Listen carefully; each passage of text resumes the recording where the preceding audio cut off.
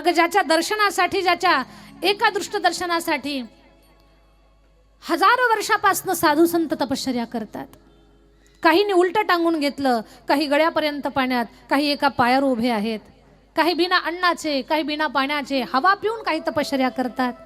आणि देवा पशु पक्ष्यांना, कावळ्यांना प्रार्थना करतात.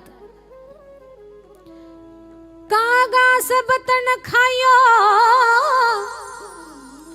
चुन चुन खायो मांस, दो नैना छोड़ दियो, राम मिलन की आस. कागा सब तन खाइयो, चुन चुन खाइयो मांस, दो नैना छोड़ दियो, पिया मिलन की आस.